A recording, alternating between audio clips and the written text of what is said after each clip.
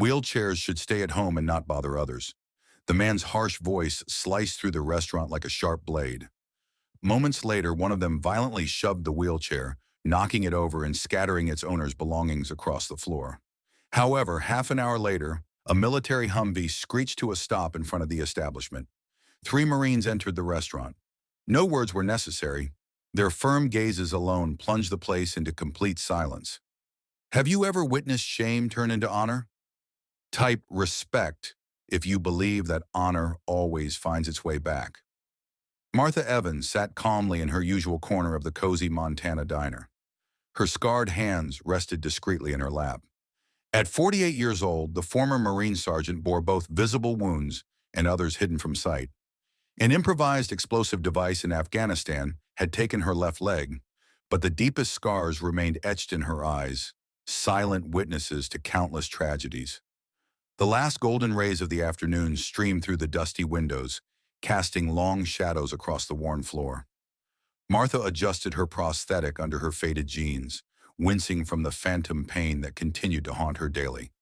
Still, she kept her part-time job at the diner, clinging to the routine that helped keep the inner darkness at bay. She cherished the moments of calm between the rushes, when the restaurant would sink into a soothing quiet.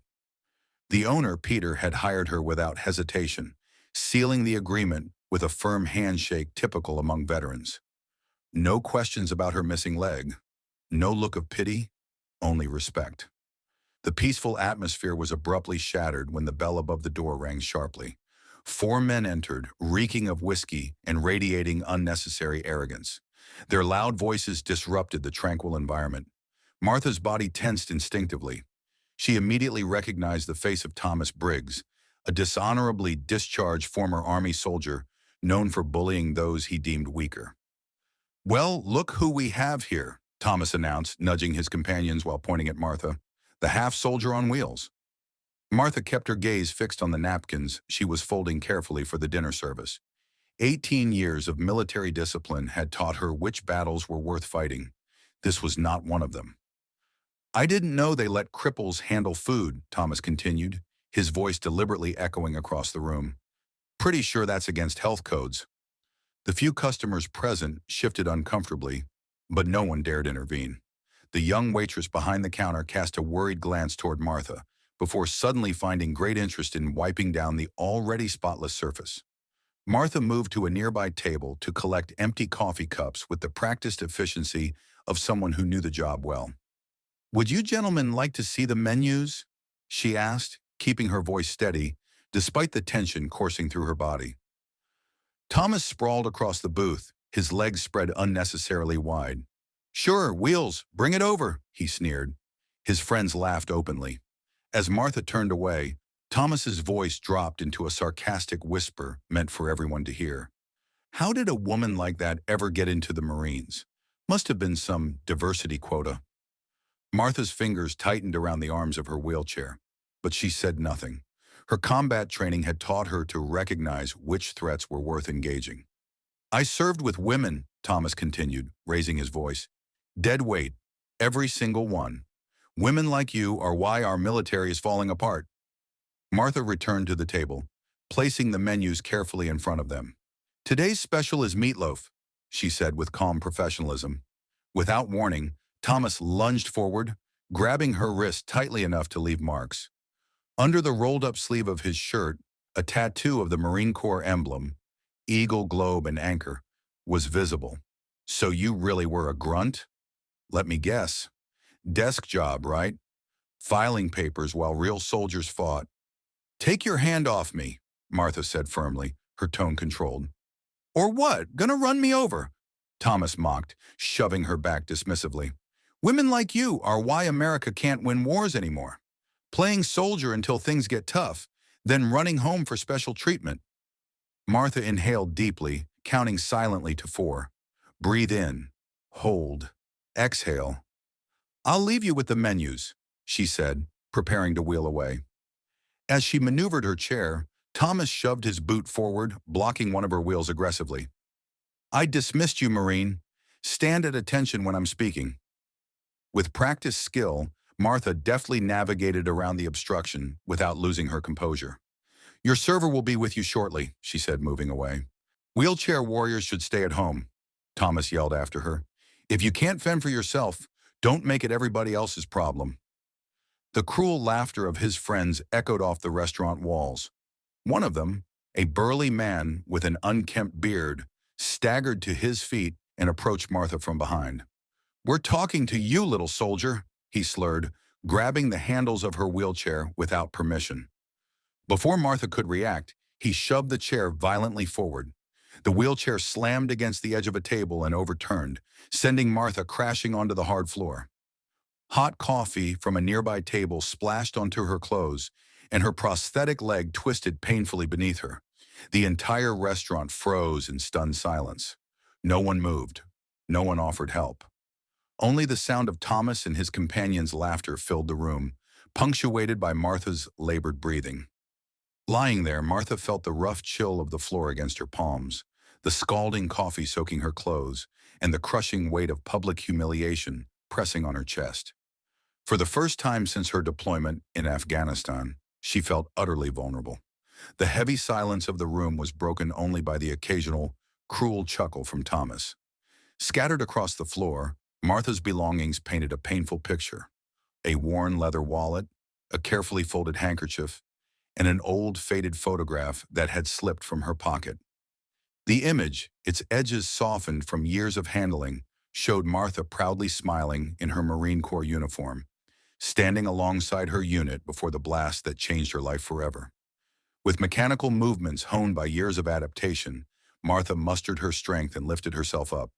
Her upper body, toughened over time, compensated for the absence of her leg. She righted her wheelchair with a soft grunt, the effort clearly taxing.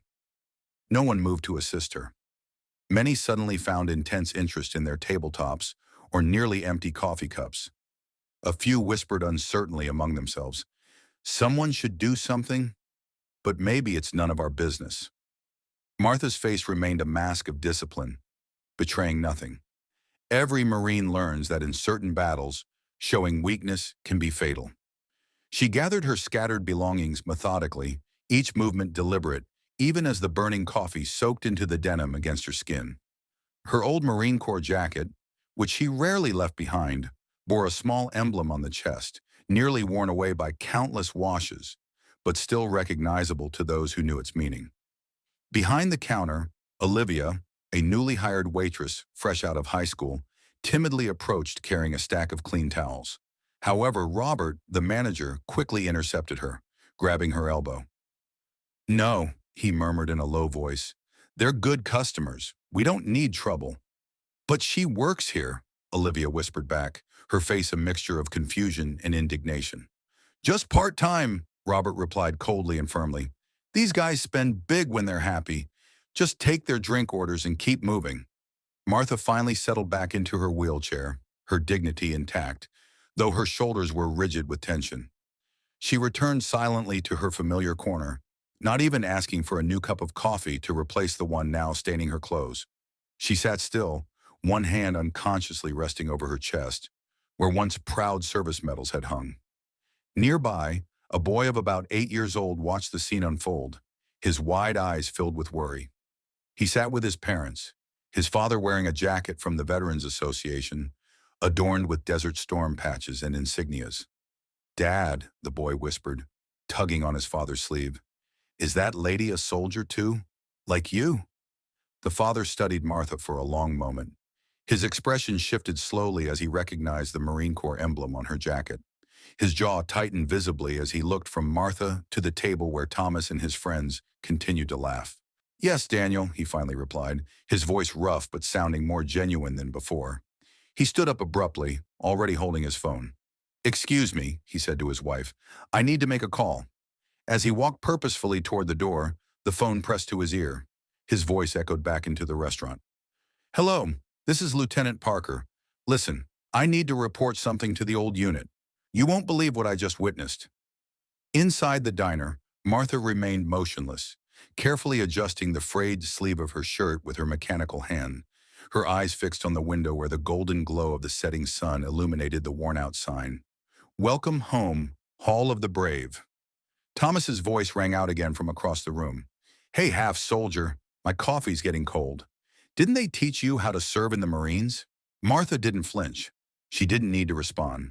The restaurant door was already swinging open.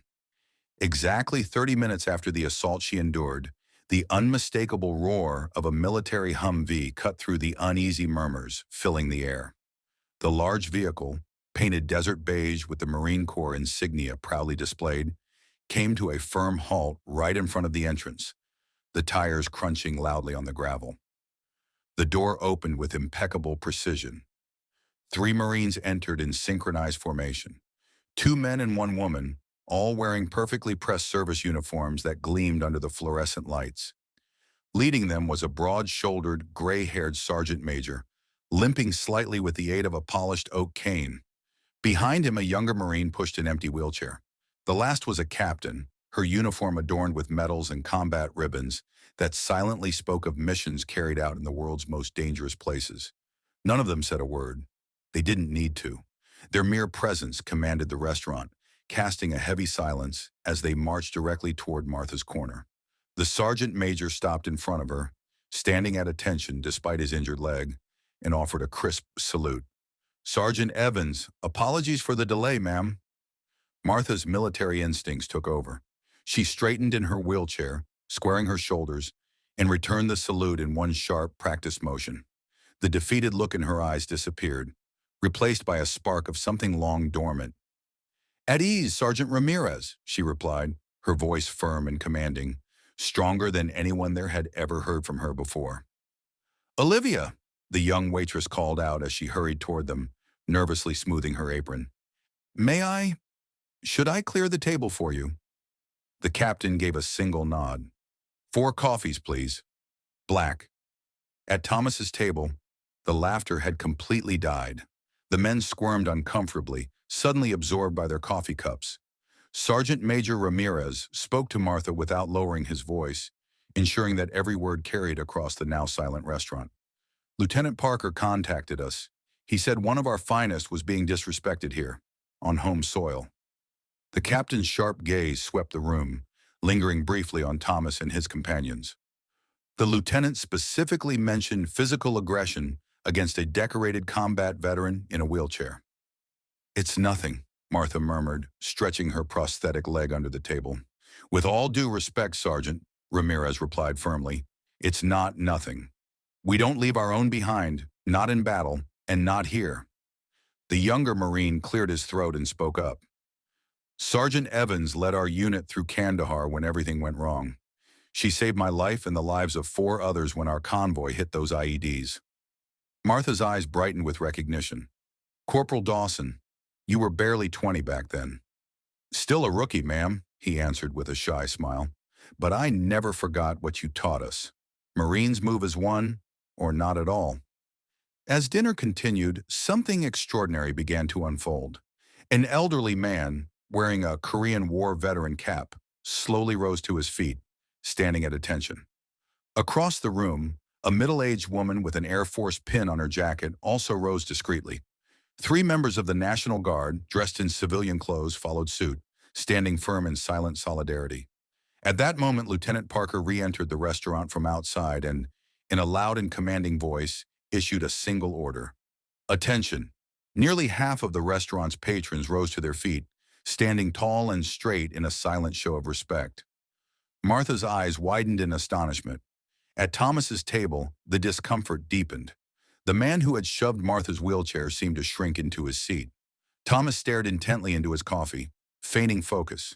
The bravado that once filled the room evaporated like morning mist. Sergeant Ramirez turned his hard gaze toward them. "The Corps teaches us to fight with honor, to protect those who cannot defend themselves, and under no circumstance to leave a Marine behind." His voice was clear and powerful, needing no shout. It was the authority that comes from a lifetime of service. At some point you wore the uniform, but you never truly understood what it means to serve. Captain Morales placed a steady hand on Martha's shoulder. "Sergeant Evans lost her leg rescuing 3 Afghan children from a burning vehicle after an IED attack.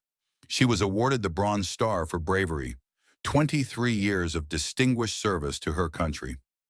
Martha shook her head gently. "That's enough, Captain. That life is behind me. With all due respect, Sergeant, Morales answered firmly, the Corps never leaves anyone behind. Semper Fidelis isn't just a motto. Manager Robert approached their table, visibly nervous now. Today's meals are on the house for all of you, he said. Sergeant Major Ramirez fixed him with a cold, unwavering look. Marines pay our debts, sir. We always have, and we always will. The meal that followed was quiet but dignified. Martha sat upright in her wheelchair, surrounded by her comrades, exchanging small smiles and nods. Silent acknowledgments of memories only they could truly understand. Gradually, the restaurant returned to its usual rhythm, but many customers paused by their table, offering silent thanks. Thomas and his friends paid their bill quickly and slipped out without meeting anyone's eyes. As they left, Corporal Dawson called after them, "Semper Fi, gentlemen." His tone made it clear that the phrase was both a farewell and a warning. As the evening shadows stretched across the parking lot, Martha found herself speaking more than she had in months.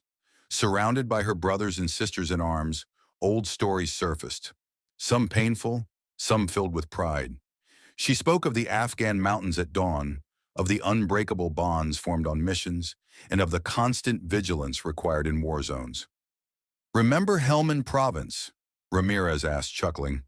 "When that sandstorm hit, and you guided us back to base using nothing but the stars and sheer stubbornness?" A brief smile touched Martha's lips. "Anyone would have done the same," she replied. "No," Captain Morales interjected firmly. "No one else could have. That's why you earned those stripes." As closing time neared, the Marines began to say their goodbyes. Sergeant Major Ramirez left a business card on the table, a handwritten number scribbled on the back. "Next time," he said calmly, "call us." No Marine ever stands alone. A week later, the Welcome Home Diner unveiled a new sign. The old weathered board had been replaced with a freshly painted banner reading, "Hall of the Brave. Every soldier has a place here." Inside, the transformation was subtle but profound. Photographs of local veterans now adorned one wall, proudly displaying their service branches and years of dedication beneath each picture. In Martha's corner, a small bronze plaque had been permanently affixed to the table, reserved for veterans. She continued to attend her regular shifts, folding napkins and pouring coffee with her usual quiet efficiency. But now she wore her Marine Corps pin proudly on her collar, and a small Corps flag was fastened to the back of her wheelchair. The table where Thomas and his friends used to sit remained conspicuously empty. Regular customers seemed to avoid it by unspoken agreement. Instead, veterans of all ages gradually began filling the tables near Martha's, offering respectful nods without invading her space. Lieutenant Parker and his family became regulars on Saturday mornings. His son Daniel often brought crayon drawings for Martha, colorful depictions of uniformed soldiers standing next to a smiling figure in a wheelchair under a bright, sunny sky. "Is that supposed to be me?" Martha asked one morning, examining the cheerful artwork. Daniel nodded seriously. "My dad says you're a hero." "Heroes should smile more," Martha replied, managing what might have been her first genuine smile in years.